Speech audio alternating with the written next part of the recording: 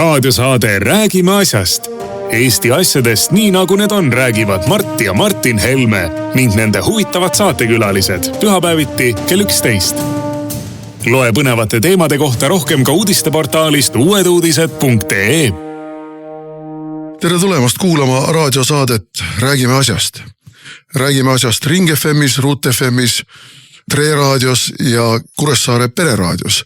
Vaat näete, täna on Mart Helme siin mikrofoni juures. Martin tuleb meil hiljem telefoni teel saatesse ja mul ei ole nii automaatne see üles lugemine, kus te kõiki meid kuulata võite. Aga loomulikult te saate meid kuulata internetis, nii et kuulmata ei jää. Ja uutesse uudistesse pannakse link üles kohe, nii kui saade eetrisse on läinud. Nii et täna alustame siis jälle Räägime asjast saatega ja meil on mitu teemat. Üks teema on seotud eesti keelega ja me oleme kutsunud saatesse telefoni teel kirjandusteadlase Maarja Vaino. Teine teema on meil seotud Süüriaga ja sellega, kuidas seal teostatakse praegu uute ja Euroopa Liidu poolt toetatavate võimude poolt kristlaste vastast genotsiidi. Ja sellega seoses oleme me siin telefoni teel Varro Vooglajuga. Ja lõpuks räägime siis muudest poliitilistest sündmustest Martin Helmega saate lõpetuseks. Nii et hakkame peale ja Maarja tegelikult ootab meil juba telefonil ja tervist, Maarja. Tervist. Ja teema, mida ma tahtsin täna käsitleda, on seotud sellega, et meil oli just emakeelepäev eelmisel nädalal ja sõitsin mööda linna ja vaatasin, et väga palju lippe ei olnud, et emakeelepäev on meil lipupäev ja lipud peaksid lehvima, inimesed peaksid rõõmu tundma, et neil on niisugune asi nagu suurepärane, ülimalt väljendusrikas, ülimalt ilus eesti keel ja kas me usume või ei usu seda muistset juttu sellest, kuidas keeltevõistlusel eesti keel Itaalia keele järel sai teise koha kusagil teise maailmasõja eelsetel aegadel. Aga ma olen täiesti veendunud, et eesti keel ei peaks üldse mitte olema teisel kohal, vaid võiks vabalt olla ka esimesel kohal. Aga mul on selline tunne, et meil eesti keelega ei ole kõige paremad lood. Ja kuna sa oled kirjandusteadlane, siis ma tahaks jutu viia ka keele, ütleme siis kvintessentsi ehk keele arengu ja keele väljenduse niisuguse tipu ehk kirjanduse juurde, aga anna äkki oma niisugune pilk. Mis seisus sinu meelest on praegu eesti keel? Eesti keelega on tõesti hästi mitut viisi võimalik seda eesti keele olukorda kirjeldada, et ütleme selline peavoolu seisukoht on sageli see, et eesti keelel pole kunagi olnud nii tugevat positsiooni kui praegu, ta on riigikeel, ta on igal pool kasutuses, meil on tohutult palju kirjanikke, meil on tohutult palju väljendust, aga ma pean ikkagi ütlema, et kui ma keeleinimesena, sest ma olen ikkagi saanud filoloogi hariduse ülikoolis, vaatan kõiki neid arenguid, siis see on ikkagi väga murettekitav ja ta murettekitav vähemalt 3 aspektist. Kõigepealt esimene probleem on see, et eesti keel ei ole mitte kunagi olnud selles seisus, mis ta on praegu, ehk siis globaalses, ütleme siis keelte konkurentsis ja ega seda konkurentsi eriti palju ei ole, see on põhiliselt globaalselt inglise keel.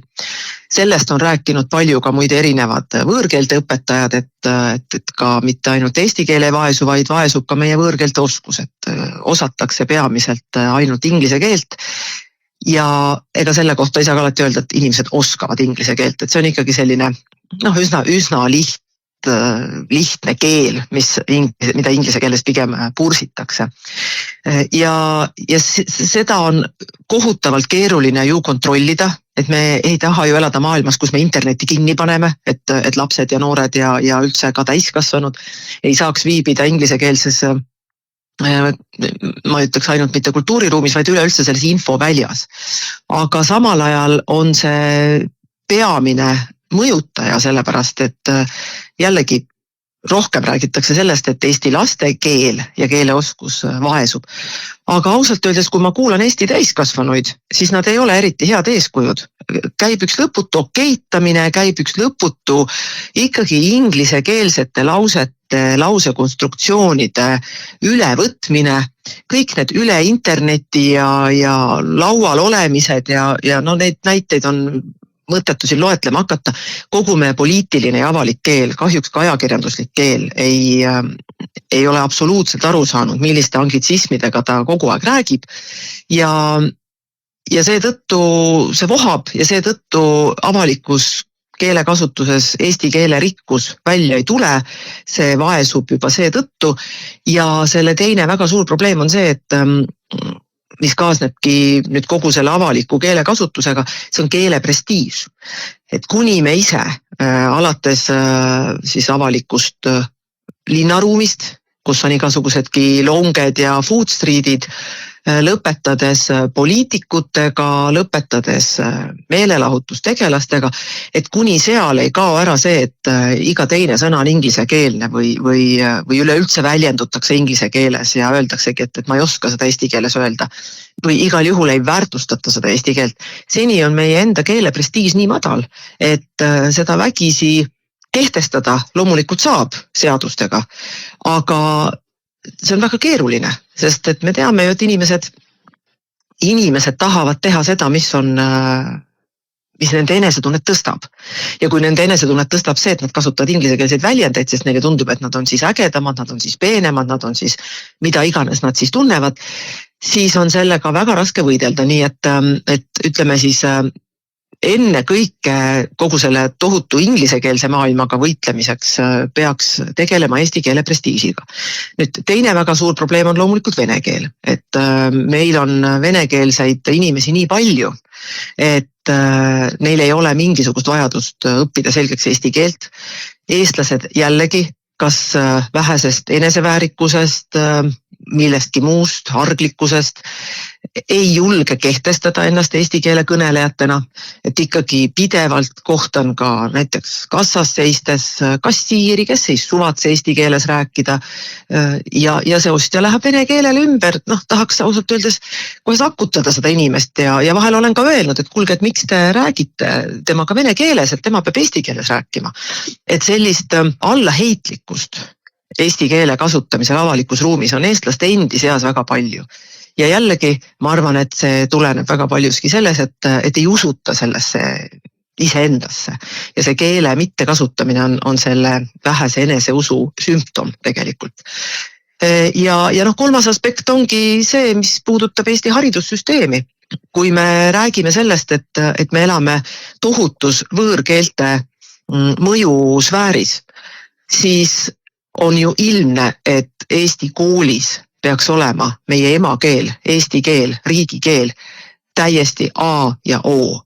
See peaks olema kõige rohkem esinev tund meie tunniplaanides, see peaks olema täiesti eriseisundis, aga seda ta loomulikult ei ole Eesti koolis, et jällegi olen korduvalt toonud seda näidet, et tunniplaane vaadates näen ma veel vähemalt mõnda aega tagasi, vähemalt ma nüüd tänase hommiku seisuga ei kontrollinud üle, et sageli on tunniplaanis näiteks 4 korda nädalas inglise keel, 3 korda nädalas vene keel ja 2 korda nädalas eesti keel.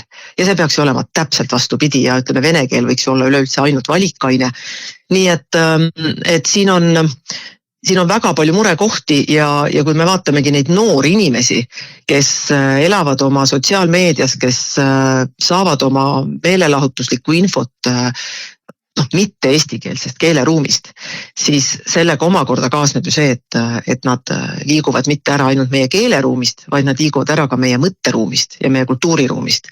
Nad võivad füüsiliselt elada Eestis, aga oma peadega elavad nad kuskil täiesti teises kohas ja meil nagu ei olegi seda kultuurilist silda enam nende põlvkondadega, et nad ei tea, millest me räägime, kui me räägime, viskame siin, ma ei tea, Viimse reliikvia nalju. Nii et see on väga suur ja kompleksne probleem ja hõisata, et eesti keelel pole kunagi olnud nii tugevat positsiooni kui praegu, on ikkagi eksitav. No see on muidugi vale väide üldse, et eesti keelel pole olnud kunagi nii tugevat positsiooni kui praegu. Esimese Eesti Vabariigi ajal oli kindlasti eesti keele positsioon palju tugevam ja ka suhtumine nii riigi tasandil kui ka, kuidas ma ütlen, erinevatel sotsiaalsetel tasanditel oli ju täiesti teine. Töötati ju tol ajal välja ikkagi suures osas ka eestikeelne terminoloogia erinevates valdkondades, seda ei olnud. Kui me loeme näiteks 20. aastate algul möödunud sajandil välja antud raamatuid, võtame kas või Hirmu ja õuduse lood, milles ju keelemees Aavik meelega kirjutas, tõlkis neid lugusid niimoodi, et need kubisesid keele uuendustest, uutest sõnadest, aga ka lausekonstruktsioonidest, siis see oli ju võitlus selle eest, et eesti keel muutuks võrdväärseks kultuurkeeleks nende keeltega, mis Euroopas lainetasid tol ajal, saksa keel, inglise keel, prantsuse keel ja tegelikult väga lühikese ajaga, vähem kui 20 aastaga, 15 aastaga ümmarguselt, jõutigi selleni, et eesti keel muutuski kultuurkeeleks, muutuski terminoloogiaga keeleks, muutuski keeleks, kus oli võimalik kirjutada teaduslikke tekste ükskõik mis alal. Nii et selles mõttes, kui me nüüd vaatame seda 30 aastat, mis meil nüüd on olnud seda taastatud iseseisvust, siis siin on toimunud tegelikult eesti keele totaalne allakäik. Ja siin on väga tõsised probleemid, millele sa osundasid. Üks haridusest alustades, kui tagantpoolt tulla, on see eestikeelsele haridusele üleminek, mis ikkagi teeb tohutu karuteene eesti keele õpetamisele, mitte ainult selles mõttes, et neid eesti keele tunde on vähe, vaid ka keelekeskkonna mõttes paljudes Eesti piirkondades ja eelkõige Tallinnas ja Põhja-Eestis. Siin on nagu veel laiem, nagu sellest võiks juba ainuüksi terve saate teha sellest haridus, ma ütleksin katastroofist, mis toimub praegu selle niinimetatud ühtse Eesti kooliga, sellepärast, et see on keeleline katastroof, aga see on ka üleüldine hariduslik katastroof, sellepärast, et õpetajad, kes üldiselt on paraku üsna vaikne selline ühiskonnagrupp, kes ei kipu tulema jõuliselt oma probleemidega kuskile tõesti tänavatele ka avalikkuse ette, ju vaikselt, aga aina rohkem kirjeldavad seda, mis nendes koolitundides toimub, kus on ikkagi väga märkimisväärne hulk võõrkeelseid lapsi ja neid muide ei ole ainult, et on ukrainlased või on need meie venelased, kes on sinna koolidesse pannud. Neid on juba väga paljudest erinevatest riikidest, erinevatest rassidest ja edasi.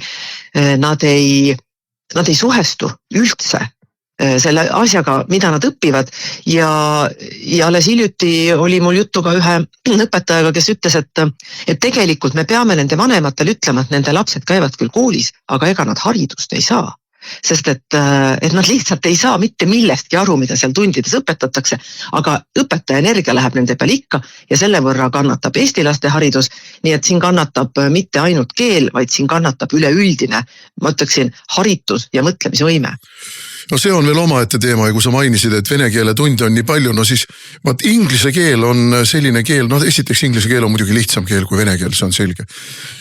Grammatiliselt juba ja seda sõnavara hõljub siin selles samas interneti avaruses juba nii palju, et selle omandamine noortel käib kergemini, ehkki ma olen sinuga nõus, et see ei ole inglise keel, mida nad omandavad seal, see on inglise keele selline pindmine kiht. Ja me võime tuua siin näite sellest, kui halvasti võib inglise keelt rääkida. Euroopa Liidu kõrge välisasjade volinik Kaja Kallas, kellel käib ainult üks you know I mean, hääldusest ma ka eriti ei hakka rääkima.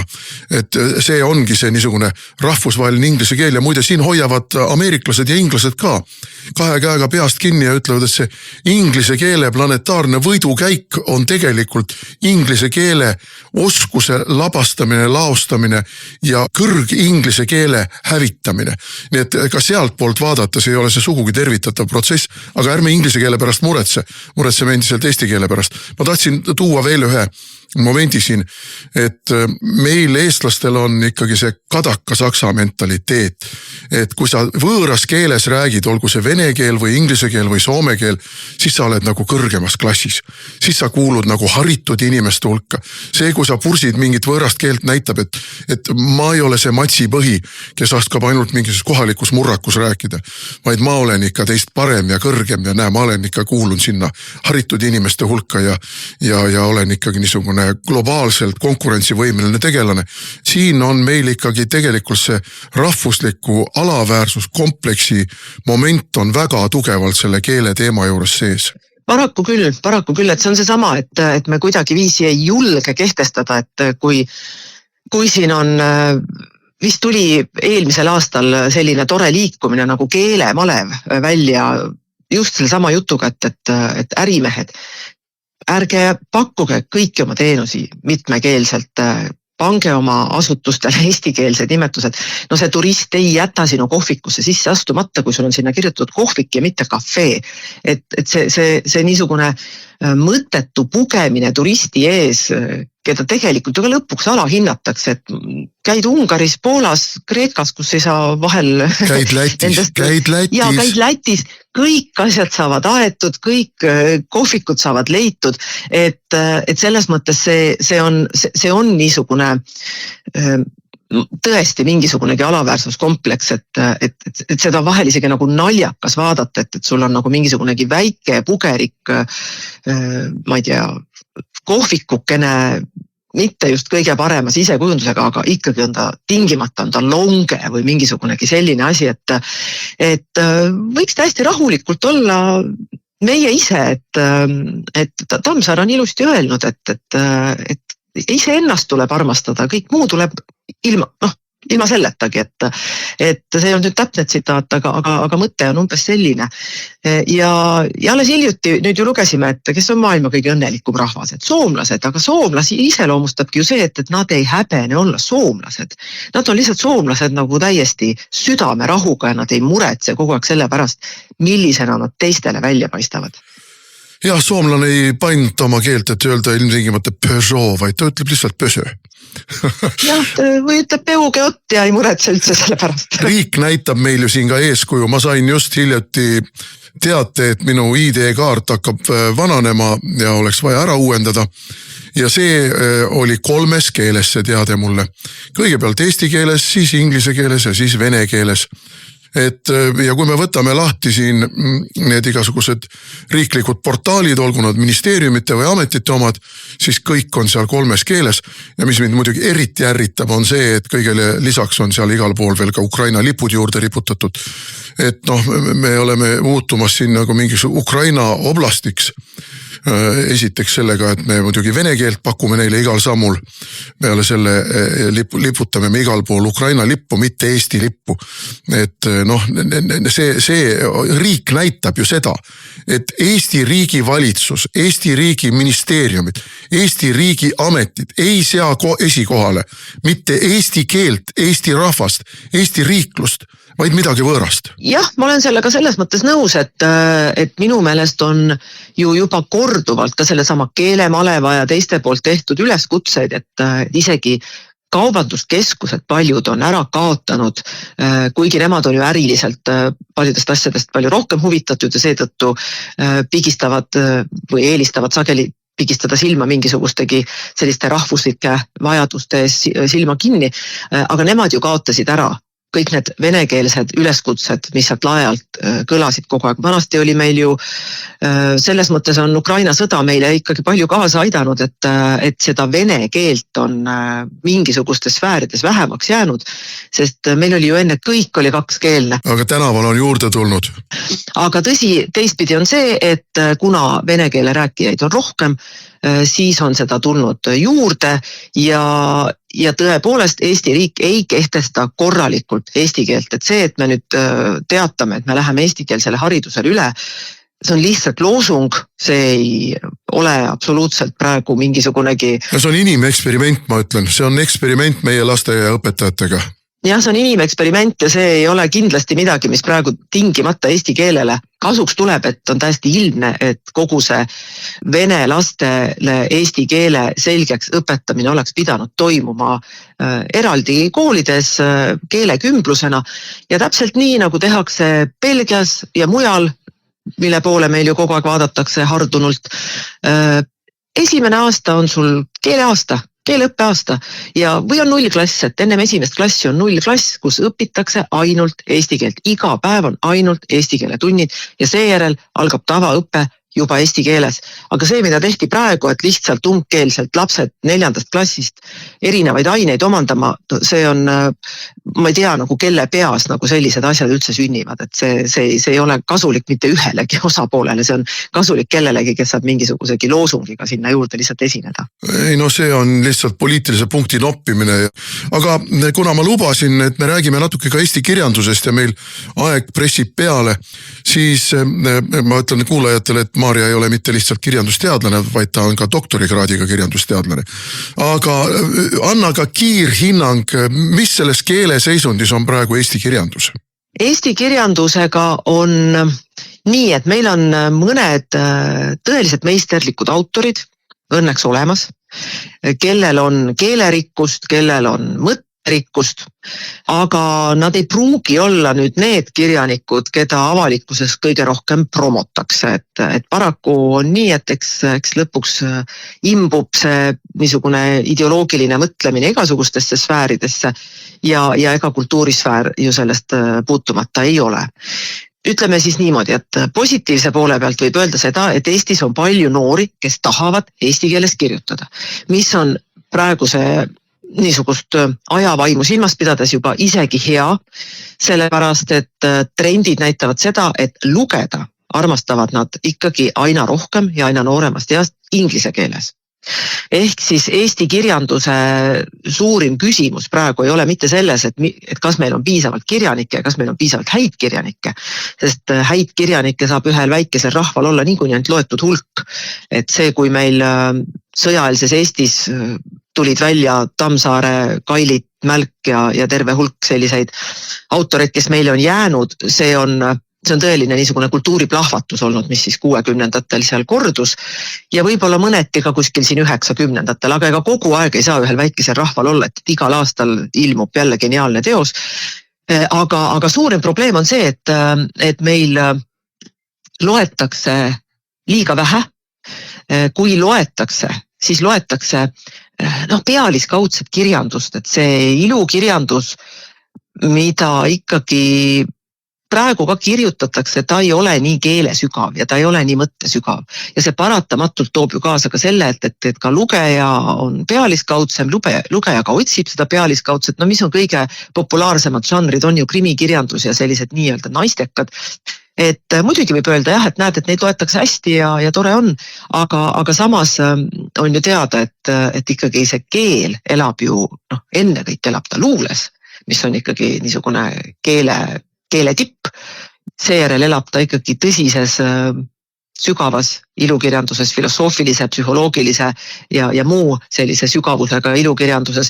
Ja kuna seda on väga palju meie klassikas ja kuna klassika on väga varju jäänud, sest et ta on keerulisem, õpetajad ütlevad, et seda on raske õpetada, et neid ei taheta lugeda, täiskasvanud ütlevad ka, et ei, ma ei jaksa lugeda, ma ei jaksa mõelda. Et ma isegi ütleksin, et praegu meil käib Eesti raamatu aasta, et kirjutamisest rohkem me peaksime tegema, propageerima lugemist. Et lugege ja lugege ilukirjanduslikelt nõudlikke tekste, sest et seal on tegelikult peidus eesti keel oma täies ilus. Nii, Maarja, me peame praegu kripsu alla tõmbama, sest meil on 2 teemat veel ja kahjuks me ei saa sel teemal rääkida pikemalt, ehkki tegelikult oleks rääkida väga palju. Ja kuna ma ise olen ka natukene kirjanik elus olnud, siis see on teema, mis mind isiklikult väga puudutab ja erutab ja ma mäletan, missugune tohutu võidujooks sõna otseses mõttes käis omal ajal, et eesti keelde tõlkida neid niisugusi rahvusvahelisi ja kultuuriloolisi tüvitekste alates seal vanadest idamaade religioossetest tüvitekstidest ja lõpetades ka kõige kaasaegsema, modernsema luule ja proosaga. Ja siin oli suurepärane väljaanne, mis tänase päevani tiksub, aga mitte enam väga tuntu ja populaarsena, nagu Loomingu raamatukogu, kus ka Nõukogude klavlitt pigistas vähemalt ühe silma kinni ja lubas seal publitseerida niisugusi, mitte just kõige nõukogude meelsemaid autoreid ja nende loomingut. Aga jah, võib-olla tuleme mingil teisel korral kirjanduse juurde tagasi, sest et kirjandus on asi, ilma milleta üks rahvuslik keel elada ei saa. Aga aitäh sulle, Maarja, praegu. Jah, ütlen veel juurde, et rahvuslik keel ja rahvuslik mõte, aga aitäh kutsumast. Raadiosaade Räägime asjast. Eesti asjadest nii nagu need on, räägivad Mart ja Martin Helme ning nende huvitavad saatekülalised pühapäeviti kell 11. Loe põnevate teemade kohta rohkem ka uudisteportaalist uueduudised.ee. ja jätkame saadet ja järgmisena nagu lubatud on meil telefonil Varro Vooglaid ja teema, mainisin seda ka sissejuhatavalt lühidalt, on Süüria ja võtaks võib-olla ka natuke laiemalt kristlus tervikuna, eelkõige ma pean silmas seda, mis toimub ikkagi Lähis-Idas ja Süüriast rääkides, see on ju piirkond, kus kristlus on 2000 aasta vanune ja kui meenutame ka siin näiteks kas või Anatole France'i ja tema Taissi, kus räägitakse sellest, kuidas kristlased läksid Süüria kõrbetesse erakuteks ja missugusi painajaid, nii seksuaalseid kui muid kiusatusi nad seal erakluses üle elasid, et see niisugune ilukirjanduslik ja võib-olla teist laadi kirjeldus sellest kristluse ajaloost selles piirkonnas, siis praegu tulles tänasesse päeva, me näeme, et seal on vallandunud totaalne kristlaste vastane genotsiid ja kõige hämmastavam ja kõige kurvastavam ja kõige hirmuäratavam on selle juures see, et mõned päevad tagasi loeme, kuidas Euroopa Komisjon on eraldanud Süüria uuele valitsusele, ma ei tea, 5,8 miljonit või palju nii-öelda humanitaarabi. Ehk keda te siis abistate? Te abistate maru islamiste, kes viivad läbi kristlaste vastast etnilist puhastust ja te tervitate seda ja te abistate finantsiliselt seda. Et oled sa vaadanud, Varro, mis seal toimub ja oled sa kuidagi omalt poolt mingit hinnangut sellele kõigele andma, kõigile nendele protsessidele kristluse vastu, kristlusega seoses, mis üldse maailmas toimuvad, aga eelkõige ma mõtlen just seal Lähis-Idas? Ja tere ka minu poolt siis kõigile. Eks see on loomulikult väga traagiline, mis see praegusel hetkel aset leiab. Eks ma ikka hoian silma peal ka Lähis-Idas toimuvatel sündmustel ja see, kuidas meie inforuumis neid asju kajastatakse, on muidugi äärmiselt primitiivne, ühekülgne, et mitte öelda valelik ja tegelikkust moonutav. Meile ju pidevalt räägitakse sellest, kuidas või on loodud muljet juba aastaid, kuidas siin ikkagi Süürias toimub kodusõda, kus siis sellised demokraatlikud jõud ja ikkagi läänelikke väärtusi esindavad jõud üritavad kukutada president al-Assadi. Aga tegelikkuses on muidugi see, mis on toimunud märksa teistsugusem, et ma ei tea, kui palju näiteks Eesti meedias on räägitud sellisest asjast nagu operatsioon Timber Sycamore. Ma ei ole kunagi kuulnud, et Postimehest, Delfis või ERR-is sellest näiteks räägitakse, aga ilma sellest rääkimata ei ole üldse võimalik aru saada sellest, mis viimase 10 või 12-13 aasta jooksul on Süürias toimunud. Et näiteks seesama operatsioon Timber Sycamore, mis aastal 2012 või 2013 alguse sai president Obama ajal, oligi CIA erioperatsioon, milles osalesid siis ka Ühendkuningriigi ja Araabia Ühendemiraatide luureteenistused selleks, et relvastada, rahastada, tagada väljaõpet ja luureinfot siis nendele revolutsioonilistele jõududele, mis tegutsesid lähtudes eesmärgist kukutada president al-Assadi võim. Ja mõtlen lihtsalt selle peale, et kui niisuguseid põhimõttelisi asju, kuidas varjatud operatsioonide kaudu üritatakse valitsusi kukutada, lihtsalt ei mainita meie inforuumis nendest asjadest rääkides, siis kõik, mida räägitakse tegelikult on nii raskelt moonutatud, et see pole absoluutselt informatiivne. Aga lihtsalt sinu küsimusele ka konkreetsemalt vastates, eks me nüüd näeme, mis on juhtunud pärast al-Assadi kukutamist Süüriast.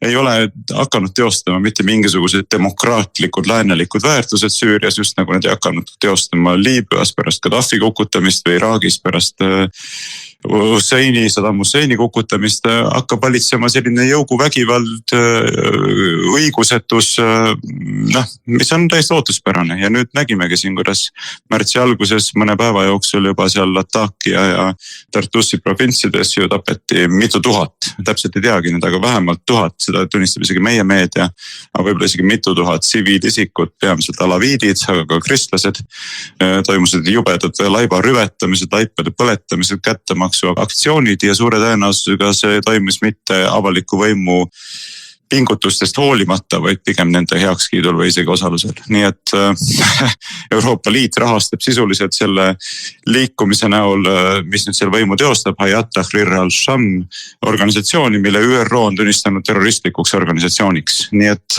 kui sinu eesmärkidele aitab selline liikumine kaasa, siis on nad sinu sõbrad ühtäkki. Ja no kõik me mäletame seda, kuidas hõisati, kuidas Araabia kevad on ja nüüd tuleb demokraatia ja nüüd kukutatakse kõik need verised diktaatorid. No veriste diktaatorite kukutamise tulemuseks on olnud tohutu segadus, kodusõda, etnilised puhastused, religioossed puhastused. Ja noh, see on jah, Süürias viimase kuu aja jooksul see, mis seal on toimunud. No meie inimesed, et püüdke natuke ette kujutada, mis tähendab seda, kui teile valitsuse poolt toetatud relvajõugud tungivad külla, tungivad majja ja valimatult tapavad ära kõik. Alates sülelastest ja lõpetades vanuritega, perekondade viisi, kvartalite viisi, tänavate viisi. See on see, mis seal toimus. Ja ma ei ütle, et Assad on mingisugune ingel või demokraatlik valitseja kunagi olnud.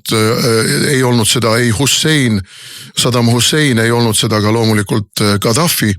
Aga mis tuleb öelda nüüd konkreetselt Süüria puhul on see, et meil on see viimased sündmused on esitatud täiesti moonutatud pildina. Just nagu Assadi pooldajad oleks tõstnud mässu uue võimu vastu.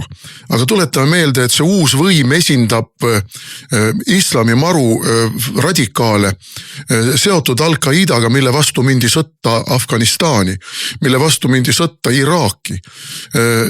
Ja see seltskond moodustab Süüria rahvastikust umbes 70%, sunniidid on seal see põhiline kandepind ja kuna Süüria on etniliselt ja religioosselt väga kirev, siis alaviite on umbes 10%, kristlasi ja sealhulgas erinevates usulahkudesse jagunevad kristlasi on kusagil 2-3%.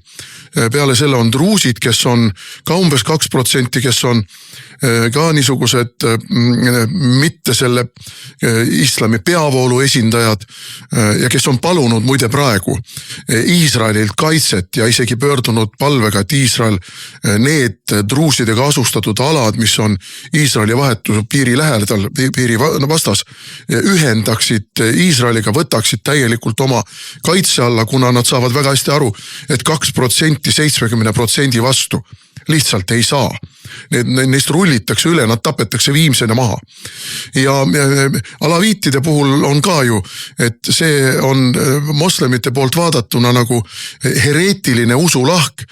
Meie teame, et nad on just nagu moslemid, aga tegelikult nad on väga tugevate kristluse mõjutustega, nad tunnistavad Neitsi Maarjat, nad tunnistavad kolmainut ja neil on veel teoloogilises vaates teisigi kokkupuutepunte kristlusega ja sellepärast ongi suhtumine nende sunniitide ja šiiitide poolt, et need ei ole õiged moslemid, sellised tulebki maha tappa.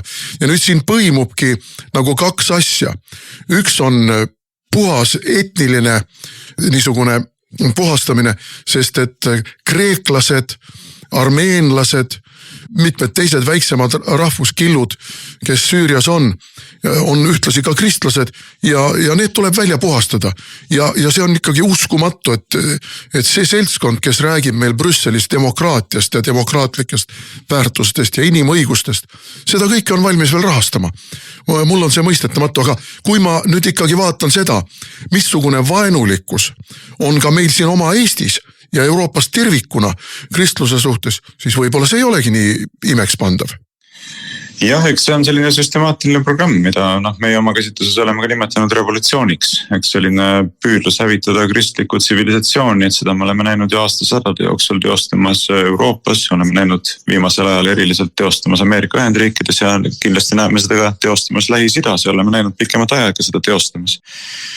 Aga eks see, kui ma ütlen veel kord, kuidas meile nendest asjadest räägitakse, on lihtsalt aastama panevalt primitiivne ja mitte öelda lihtsalt lausaga valelik, et kogu see jutt mingisugust demokraatia viimisest, et ma mõtlen, kas veel leidub inimesi, kes võtavad seda tõsiselt pärast seda, mida me oleme 20 aasta jooksul nüüd näinud, pärast Iraagi sõda ja Afganistani ja Liibüat ja kõike seda. Et kas veel leidub selliseid inimesi, kes arvavad, et tõesti siin on tegemist demokraatia ja inimõiguste eksportimisega Lähis-Idasse. Et vabandust väljenduse pärast nüüd raadiokuulajate ees, aga ma pean ka ütlema, et sellisel juhul tasuks teha IQ test, sest et siis on suure tõenäosusega tegemist debiilikutega. Et kes ei saa ka kõige lihtsamatest asjadest aru. Et tegelikult ei ole ju siin mitte millegi sellisega kaosega tegemist. Tegemist on väga lihtsa printsiibiga, mida võiks kõige lihtsamalt nimetada selliseks kaose külvamiseks. Eks, et külva kaost ja lõika sellest ise kasu. Et see on see, mida selles olukorras tehakse. Ja eks kõik saavad ju ka aru Lähis-Idas toimuvaid poliitilisi protsesse vaadates, et paljuski on need tõlgendatavad ka läbi suure vastasseisu Iisraeli ja Iraani vahel. Et need riigid, millest me siin praegu räägime, Süüria ja Liibüa ja mitmed teised riigid on ju olnud paljuski ka ikkagi sellise erilise tähelepanu objektiks selle tõttu, et nad on tegutsenud või olnud käsitletud vähemalt Iraani proksidena. Aga kui me vaatame nüüd seda suuremat pilti pikemas ajas tagasi, siis minu meelest läänel tarvis ikkagi väga palju tegeleda sellise kriitilise eneseanalüüsiga nende küsimustega seonduvalt, et loomulikult see on palju suurem teema, me ei jõua seda siin käsitleda, aga ka see, millises olukorras näiteks täna me leiame Iraani, kuhu Iraan on omadega jõudnud ja millised poliitilised protsessid seal teostuvad. See ei ole midagi sellist, mis on toimunud lääne pingutustest hoolimata, vaid paljuski jällegi lääne pingutuste tulemusena. Jällegi siin raadiokuulajad võiksid endalt küsida näiteks selle kohta, et kui palju teatakse 1953. aasta riigipöördest Iraanis, mis viidi läbi CIA poolt otseselt. See on täiesti avalik informatsioon, selle võib igaüks ise vaadata järgi. CIA poolt viidi läbi erioperatsioon demokraatlikult valitud presidendi Mohammed Mossadeghi kukutamiseks. Tema asemele seati võimule šah ja kogu asja taga oli siis see, et Mossadegh seisis selle eest, et natsionaliseerida riigi naftavarud, mida siis britid ekspluateerisid ja välja vedasid nagu oma kolonialistlikus vaimus. Et selleks, et säilitada oma kontroll naftavarude üle, kukutati riigis demokraatlik valitsus ja pandi asemele selline jõuliselt islamistlik siis autoritaarne kord. Ja nüüd siis öeldakse, eks ole, et me peame selle autoritaarse korra vastu võitlema, sellepärast et see on tohutu oht stabiilsusele Lähis-Idas. Nii et kui kõiki neid asju nagu tervikuna vaadata, siis ma ütlen veel kord, tuleb nagu ahastus peale, kuna me elame lihtsalt niivõrd totaalse valetamise ja manipulatsiooni tingimustes. Ja ega siin ei ole nalja tegelikult ka mõningatel natuke kaugemal olevatel riikidel, sest et see ateistlikuks ja kuidas ma ütlen, küüniliseks ja totalitarismi poole liikuvaks Euroopa Liiduks muutunud moodustis tegelikult külvab kaost ka mujal. Ja ma toon siinkohal näiteks niisuguse mulle äärmiselt sümpaatse riigi nagu Armeenia. Ma olen Armeenias ka käinud ja armeenlased on äärmiselt sümpaatsed inimesed ja sügava ajalooga, traagilise ajalooga rahvas lõppude lõpuks ikkagi kunagi see riik ulatus merest mereni, ehk Mustast merest Kaspia mereni ja selle tulemus on see, et Armeenia vähemusi on laiali külvatud kõikides selle piirkonna riikides ja nad ei ole sugugi nii väikese arvulised, aga Armeenia riik, mis praegu eksisteerib, on jäänuk riik. Ja nüüd on jällegi püütud ka seal tekitada niisugune olukord, kus Armeenia püüdleb nüüd Euroopa Liitu ja euroopalike väärtuste poole ja tahab lahti saada Venemaa mõjusfäärist. Aga mis on selle tulemus? Selle tulemus on see, et Armeenia võidakse alla neelata Türgi ja Aserbaidžaani poolt, kes ei ole absoluutselt kunagi varjanudki, et Armeenia riigi olemasolu on neile pinnuks silmis. Ja kõik need pretensioonid, mida aserid türklaste toetusel ja mahitusel esitavad armeenlaste suhtes, seal mingid piiriäärsed külad, mis väidetavalt on armeenlaste poolt okupeeritud ja see koridor, mis lahutab Aserbaidžaani Nahitševanist, et see koridor just nagu ei olekski Armeenia legitiimne territoorium ja Armeenia peaks ikkagi läbirääkimise alustama selle koridori ja selle piirkonna kuuluvuse osas. See on ju kõik tegelikult ettekäänete otsimine selleks, et ühel hetkel jälle järjekordne sõda vallandada ja tegelikult Armeenia riik likvideerida ja armeenlased oma viimasest jäänuk territooriumilt laiali puistata. Ja see on see, mida küüniliselt jällegi toetab Euroopa Liit. Ja muidugi armeenlased ilmselt hakkavad aru saama, et siin vihmakäest räästa alla ei maksa kippuda, et kui siin mõned kuud tagasi teatas Armeenia peaminister Nikol Pashinyan, et ta ei lähe 9. mai pidustustele Moskvasse, mis meile on loomulikult punane rätik, sest meil on jälle oma ajalugu ja oma suhted Venemaaga ja teise maailmasõja nii-öelda kalavõlad. Aga Armeenia seisukohast vaadates on see rakurss täiesti teine. Siis nüüd teatas ta minu arvates möödunud nädalal või millal see oli, et ta siiski läheb Moskvasse. Sest et ilmselt jõudis kohale, et ilma Venemaa sekkumise ja toetuseta Armeenia riik lihtsalt, see on ainult aja küsimus, kaob maakaardilt ja Armeenia rahvast tabab järjekordne genotsiidiline tragöödia. Nii et need asjad on tohutult valusad ja keerulised seal piirkonnas. Väga huvitav, et selle Armeenia aspekti sisse tõid, mitte ainult huvitav, vaid ka oluline, sest et olgem ausad, ega need väikesed riigid ja rahvad, mis väga keerulises geopoliitilises positsioonis paiknevad ja ka väga keerulist ja valusat ajalugu omavad, on ju tegelikult ka viimaste aastate sündmustest Ukrainas teinud väga selged järeldused. Et me võime oma jällegi avalikus arutelus kõik need asjad maha vaikida ja teha nägu, nagu asjad oleks kuidagi hoopis teistmoodi. Aga mitte ainult armeenlased, vaid ka grusiinid saavad ju väga selgelt Ukraina kogemusele tuginedes aru sellest, et nad ei taha samasugust saatust endale saada, nagu on ukrainlastel osaks saanud. Et see, mida Ukraina suunal on ikkagi tehtud lääne poolt, on äärmiselt küüniline, et mitte öelda tegelikult ikkagi sügavalt häbiväärne. Ei ole siin mitte keegi seisnud tegelikult ukrainlaste huvide eest, ei ole Marko Mihkelsonid ja Krossid ja Stoicescud ja kõik need, kes pisaraid valavad siin Ukraina pärast vähimalgi määral tegelikult Ukrainast hoolinud. Tegelikult on Ukrainat kasutatud küüniliselt ära selleks, et viia ellu Venemaa suunalist agendat. Ukraina on olnud lihtsalt tööriist, on saanud meeletute purustuste osaliseks, väga palju inimesi on surma saanud. Eks grusiinid ja armeenlased näevad seda, vaatavad sellele ja grusiinid näiteks on ka ju väga selgelt välja öelnud, et te võite meid kritiseerida palju te tahate, te võite meie peale karjuda palju te tahate, aga meie ei taha, et meile saab osaks Ukraina saatus. Me oleme sellest õppinud ja me saame sellest aru ja me lihtsalt tegutseme oma rahva parimates huvides.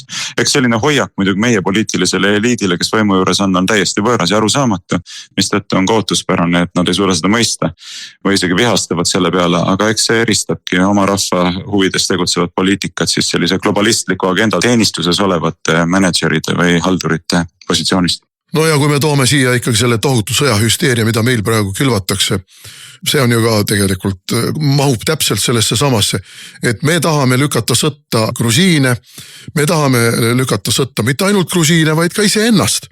Et kuulge, kas teil natukene kuskil tervet mõistust tiksub, kas te ei saa aru, et Eesti rahvas ei ela üle seda suurt lääne, olgu ta Euroopa Vene, olgu ta laiemalt lääne-Vene konflikti, kui see puhkeb sõjaks, mida peetakse meie territooriumil.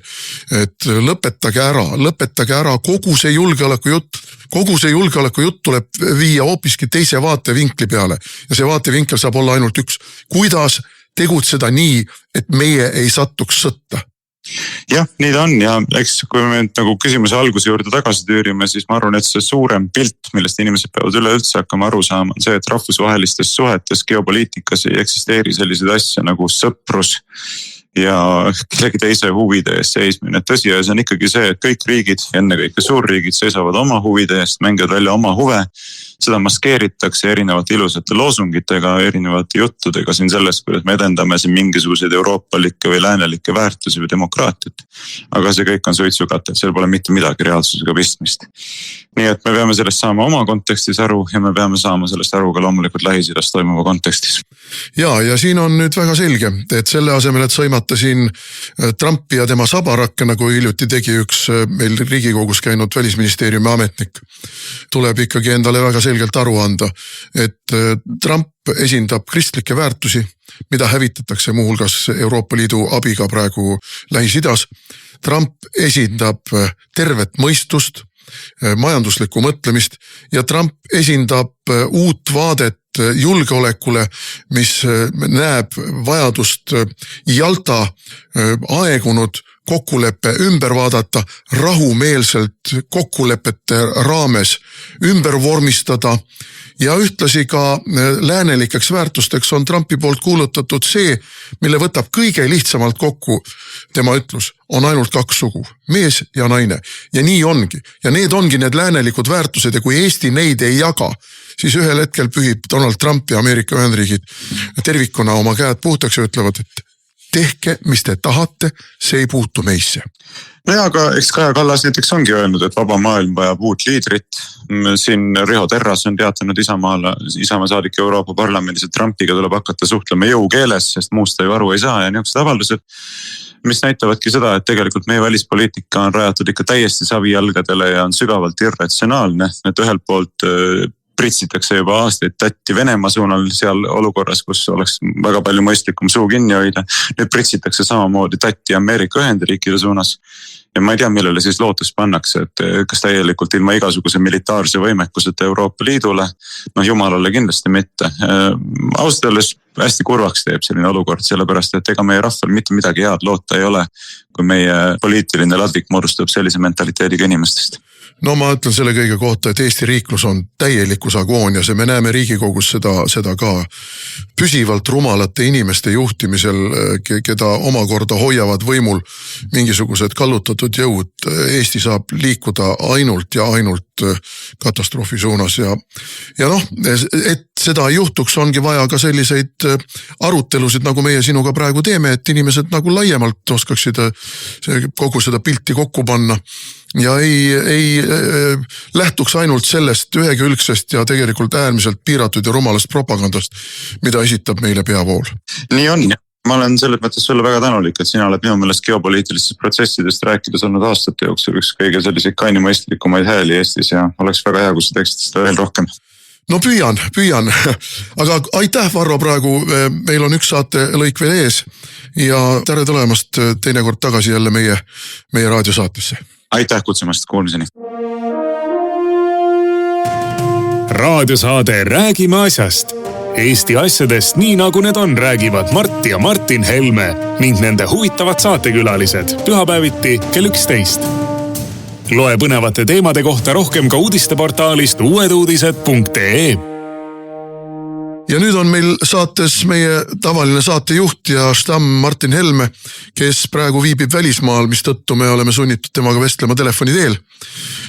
Tervitus, Martin, ja ma tahtsin teemaks võtta sinuga selle, mis on meil nüüd viimase nädala jooksul rullinud siin ja kus on siis meil mingisugune tohutu kisma lahti läinud selle üle, kas Eestis ikka arendatakse siis kaitsevõimekust või ei arendata, kas Hanno Pevkur ehitab kaitseraha eest ainult kuskile Tapale ujumisbasseini või ei oska ta üldse midagi teha, et kas hanked on tehtud või ei ole tehtud. No minu meelest näitab see väga selgelt seda, millest me praegu Varroga rääkides eelmises plokis lõpetasime, et Eesti riik on täielikus kaoses ja agoonias. Mis sinu sealt väljamaalt poolt vaadates, isegi kui sa oled seal ainult natuke aega, avaneb ikkagi täiesti teistsugune perspektiiv sellele, mis toimub siin Eestis. Mis su perspektiiv praegu on? No esimene asi, mida tuleb öelda, on see, et me ju rääkisime sellest. Me ju rääkisime sellest 22. ja 23. aastal, kui Ukraina sõja alguses meie pioneerijuhtidest täiesti ebakompetentsed poliitikud andsid ära meie relvastust ja meie laskemoona ja me saime tookord ju hirmsasti sildistatud selle üle, et me ei soovi Ukraina võitu ja oleme Putini käsilased, sest me ei soovi ennast relvitustada ja me 23. aasta kevadiste märtsivalimiste eel, jaanuaris-veebruaris oli ju tohutu infooperatsioon käis meie erakonna ja konkreetselt minu vastu, et kuidas ma küll õõnestan nii Eesti kaitseväge kui usku meie kaitsevõimesse, kui loomulikult ka Ukraina sõjavõimalusi. Usku NATO-sse. Usku NATO-sse, jah, sest ma ei soovi, et me kõik, mis meil on, ära anname ja ma tookord ju üritasin selgitada, et kui me praegu anname ära oma ladudest laskemoona, anname ära kahurid, anname ära tankitõrjerelvad, anname ära õhutõrjerelvad, oleme ära andnud kiivreid ja killuveste, oleme ära andnud pioneerivarustuse ehk lõhkeaine. Et siis selle asemele saamine võtab aega ja võtab aega mitmeid pikki aastaid ja ma tookord juba 23. aasta alguses ütlesin, et võtab aega vähemalt 3 aastat, aga tõenäoliselt 7 aastat. Ja läheb kallimaks. Ja teine, mis ma ütlesin, et me maksame selle kõik kinni palju suurema hinnaga ja selleks, et saada tagasi sinna punkti, kus me olime 23. aasta alguses oma nii-öelda kogustega ja üksustega, varustatusega. Selleks me maksame miljardeid, et jõuda tagasi nii-öelda algusesse ehk punkti, kus me olime enne äraandmist. Ja tookord muidugi hirmus kriitika oli. Ja nüüd tuleb kõigile meelde tuletada, et meil oli jälle õigus. Meil oli õigus, kui me hoiatsime, et teeme seda Eesti julgeoleku arvelt. Ja nüüd on siis kõik tarkpead tulnud välja. Martin Herem räägib sellest, kuidas meil ei ole ja me ei saa piisavalt palju ja meil ei ole. Aga kes ära andis? Kes tegi need nii-öelda kaitseväe sõjalise nõuandena andis ju Pevkur ja Kaja Kallas ütles, et meie teeme ainult seda, mida kaitsevägi meile soovitab. Nüüd räägib meile Kaitseministeeriumi endine kantsler Kusti Salm, kuidas me ei ole mitte midagi asemele saanud võrreldes sellega, mis on ära antud, et me ei ole ühtegi laskemoona killukest ka saanud juurde sellest nii-öelda otsustatud rahaeraldistest. Et kes oli sel ajal Kaitseministeeriumi kantsler? Ise olid. Ja muidugi siia tuleb veel üks selline mõõde juurde panna, et nii Herem kui Kusti Salm, kui terve hulk teisi kõrgemaid endisi riigiametnikke ja kõrgemaid endiseid sõjaväelasi ju läksid otsejoones, astusid oma varasemast avaliku sektori ameti uksest välja ja läksid otsejoones tööle sõjatööstusesse. Ehk siis teisisõnu, kui nemad nüüd praegu karjuvad selle üle, et riik ei tee piisavalt suuri kaitsekulutusi ja ei tee piisavalt kiiresti kaitsekulutusi, siis nad tegelikult ju räägivad sellest, et raha ei jõua nendeni piisavalt kiiresti. Nii et siin on veel selline täiesti ülimalt vastiku maitsega korruptsioonihõng juures.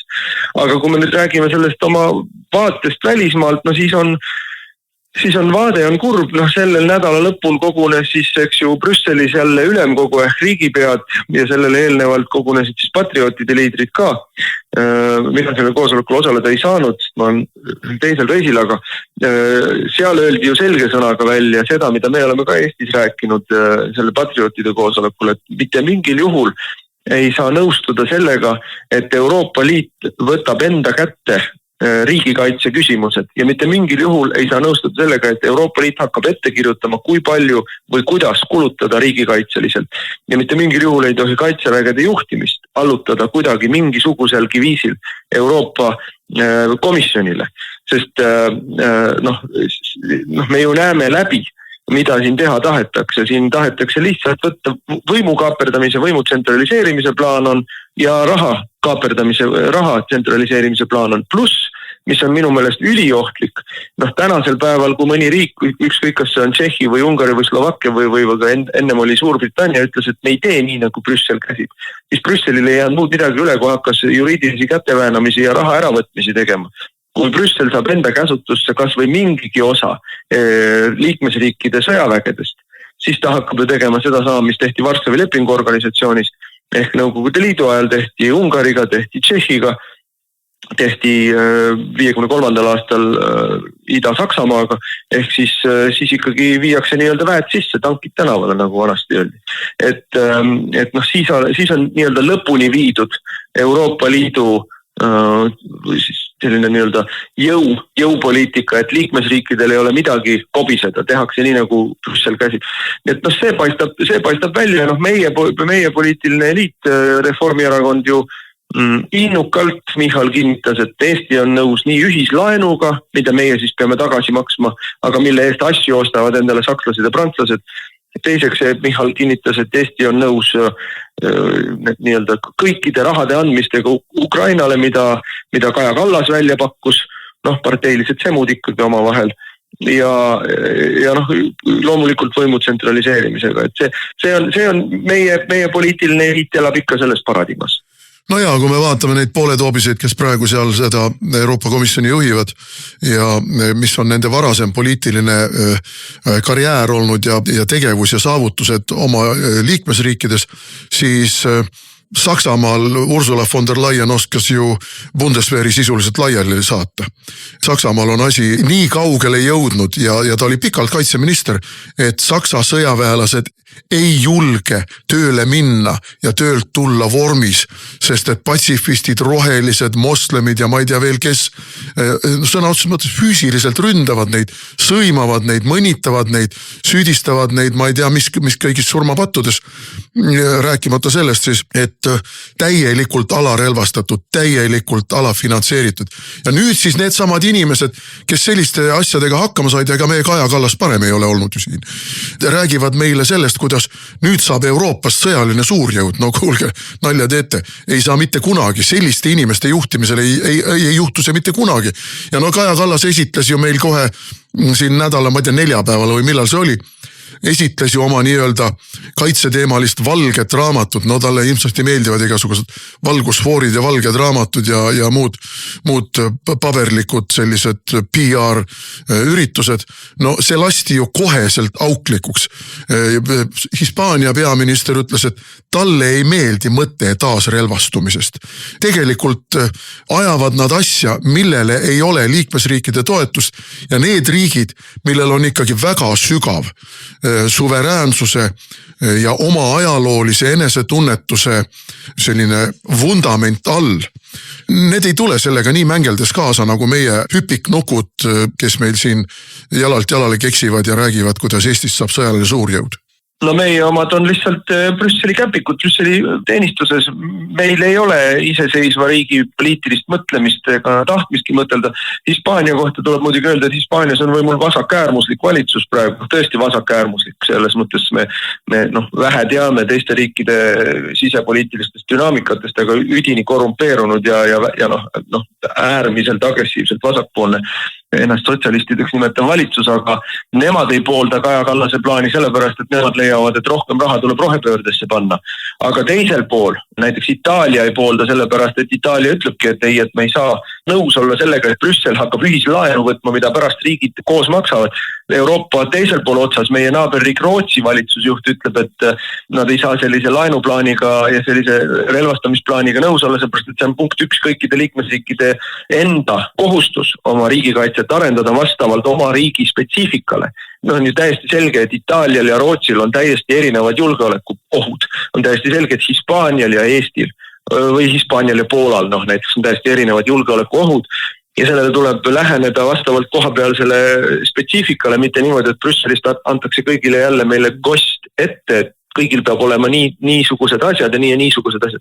Lisaks sellele Euroopa Liit loomulikult juba jõudis ära otsustada, et kõik keskselt tehtud relvaostud või ka laenuga tehtud relvaostud peavad olemagi, nii nagu me kogu aeg oleme rääkinud, Euroopa relvatööstuse käest ostetud, ehk me ei tohi osta ei Ameerikast ega me ei tohi osta, ma ei tea, Iisraelist või neid relvatööstuskohti on näiteks Lõuna-Korea, meie kuulsad kõukahurid Lõuna-Koreast.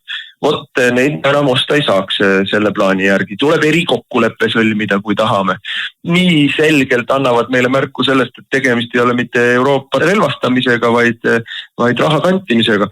Ta on kaotanud kõik, ta on kaotanud Macroni, Prantsusmaa ütles ei sellele plaanile, Itaalia ütles ei sellele plaanile, Hispaania ütles ei, Rootsi. Need ei ole tavapärased. Oi, Orban jälle blokeerib Euroopa ühiseid poliitikaid.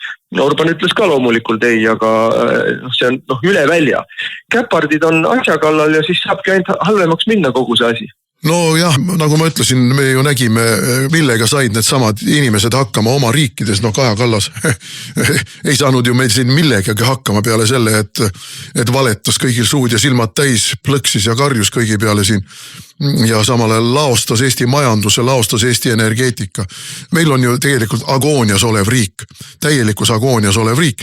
Ja mina ütlen muidugi, et niisuguste juhtimisel ka Euroopa Liit jõuab agooniasse ja mul on selle üle ainult hea meel, sest Euroopa Liitu ei ole tegelikult enam kellegile vaja. Välja arvatud nendele, kes seda Euroopa Liitu arvavad, et saavad lõpmatuseni lüpsta. Ma tahtsingi öelda, et mida keeruliseks läheb olukord, seda undavamaks läheb ju propaganda. Kui ma vaatan, Michal läheb telesse esinema Eestis ja ütleb, et kui Ukrainast tuleb nüüd rahu, siis seda suurem on sõjaoht Eestile, mis on ju reaalsusega vastuolus olev, et tegelikult Ukrainast tuleb rahu, siis nii nagu me oleme ka oma saates korduvalt rääkinud, siis suure tõenäosusega lepitakse nii suures plaanis kokku, et see sõjaoht järgnevateks aastakümneteks Euroopas oluliselt väheneb. Aga tema räägib vastupidist juttu, tema räägib sellist juttu, et isegi kui tuleb rahu, siis ikkagi tuleb meil 5% SKP-st kaitsetööstusele anda ja jätkata kõikide vabaduste piiramist ja Eestis hüsteeria õhustiku loomist. Muidu ühtegi teist head põhjust ei ole, miks meil Reformierakond võimul saab olla. Tulen tagasi selle alguse jutu juurde, et 2023. aasta alguses küsimuses. Ratsionaalsete, arusaadavate argumentidega ütlesime, et see, mida Eesti valitsus, see, mida Kaitseväe juhataja Herem, tolleaegne Kaitseväe juhataja Herem teeb, on Eesti riigikaitsele, Eesti julgeolekule halb, ohtlik ja kahjulik tegevus. Ja meid süüdistati selle eest, eks ole, Eesti kahjustamises ja Ukraina kahjustamises ja Putini jutupunktide rääkimises. Nüüd need samad inimesed, kes tol ajal seda juttu rääkisid ja nende poolt siis tööle pandud nii-öelda ajakirjanikud, kes seda kõike võimendasid, ise tunnistavad, et kõik see, mis nad tegid, oli halb, vale ja kahjulik. Jätkuvalt käivad ringi sellise näoga, et nemad teavad, mida teha ja kuidas õigeks ajada see kõik.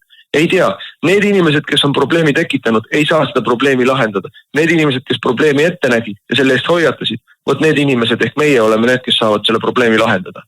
Vot nii, ja kõik need teemad, mida me täna siin arutasime saates, kõikide puhul on ainult üks vastus. Lahendus on EKRE. Aga aitäh, Martin, meil on saateaeg läbi saanud ja kohtume sinuga jälle, kui sa oled Eestis tagasi. Jah, tore.